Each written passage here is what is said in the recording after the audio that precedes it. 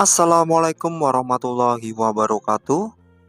Halo semua, pada kesempatan kali ini Halo News akan memberikan informasi mengenai Menteri Anas sebut sisa honorer K2 mencapai 1,6 juta.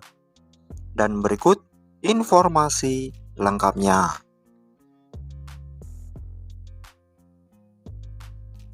Pentolan K2 yang tergabung dalam Forum Honorer Tenaga Teknis Administrasi kategori 2 atau FHTTA K2 Indonesia protes keras terhadap Menpan RB Azwar Anas. Gara-garanya, Menteri Pendayagunaan Aparatur Negara dan Reformasi Birokrasi Menpan RB Abdullah Azwar Anas mengungkapkan jumlah honorer K2 yang mencapai 1,6 juta. Honorer K2 1,6 juta enggak salah itu Pak.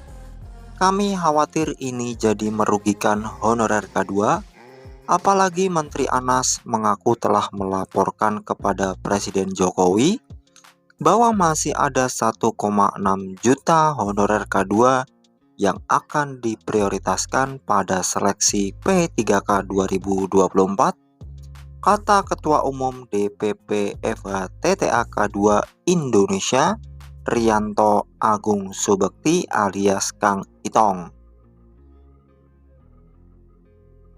Dia menyesalkan Menteri Anas tidak membuka dokumen lama. Pasca seleksi CPNS 2013, jumlah honorer K2 yang tersisa sebanyak 439.956 orang saja.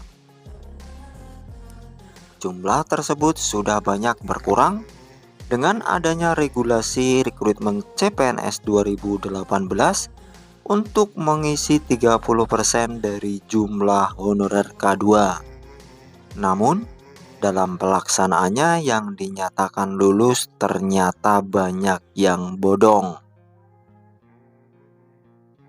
Kemudian, rekrutmen P3K 2019, 2021, 2022 berdasarkan database Badan Kepegawaian Negara atau BKN, sisa honorer K2 dari 439.956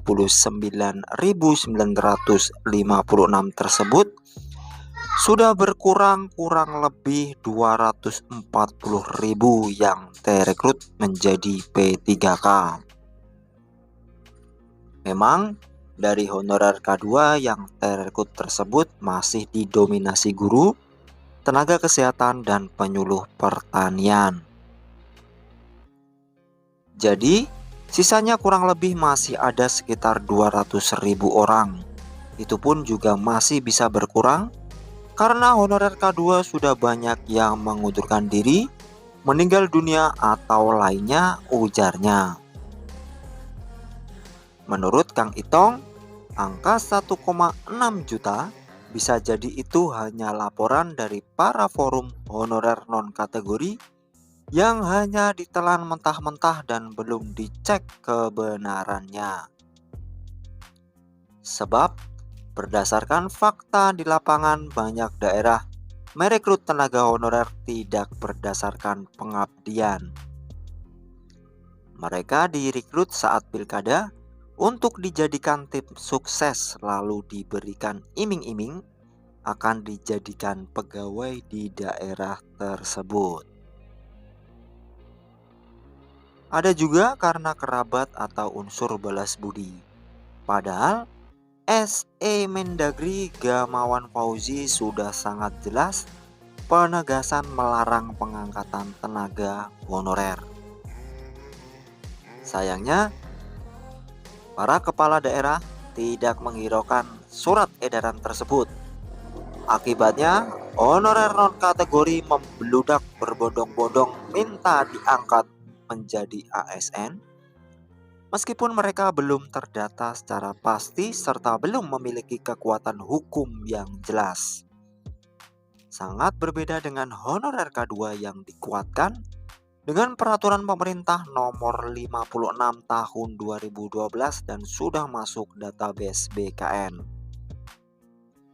Selain itu, berdasarkan hasil rapat kerja Komisi 2 DPR RI dengan Kemenpan RB, BKN KASN pada hari Selasa 15 September 2015 telah diputuskan dan disepakati bahwa honorer K2 sebanyak 439.956 orang diangkat menjadi PNS melalui verifikasi. Roadmap penyelesaian tahun 2016 berikut anggarannya sudah fix. Bahkan honorer K2 sudah mengirimkan surat pernyataan tanggung jawab mutlak atau SPTJM yang ditandatangani pejabat pembina kepegawaian atau PPK di daerah masing-masing. Itulah yang sering kami suarakan bahwa pemerintah ini berhutang kepada honorer K2, ujarnya.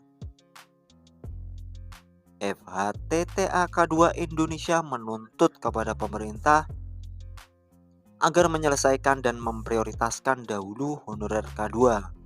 Setelah itu honorer non-kategori agar keadilan ini bisa dirasakan oleh lapisan masyarakat bawah yang memang benar-benar telah mengabdi untuk negeri ini. Sesama tenaga honorer jangan saling mendahului. Beri kesempatan kepada mereka yang telah mengabdi lama, sambung Kang Itong.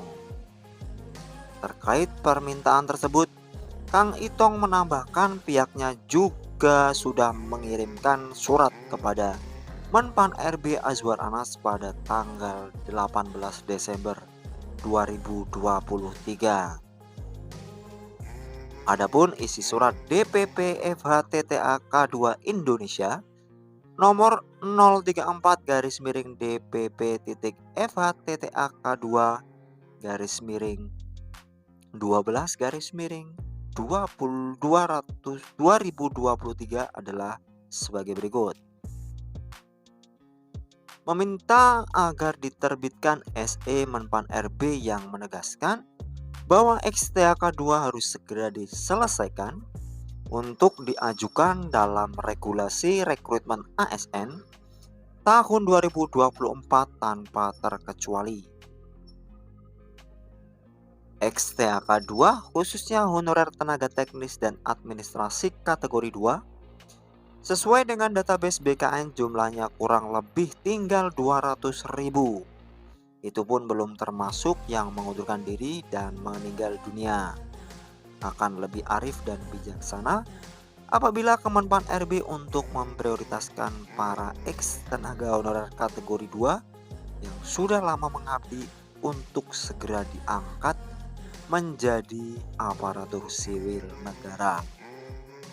Dan yang terakhir, XTAK 2 yang terdampak PHK massal agar secepatnya masalah ini segera diselesaikan tanpa ada pihak yang dirugikan.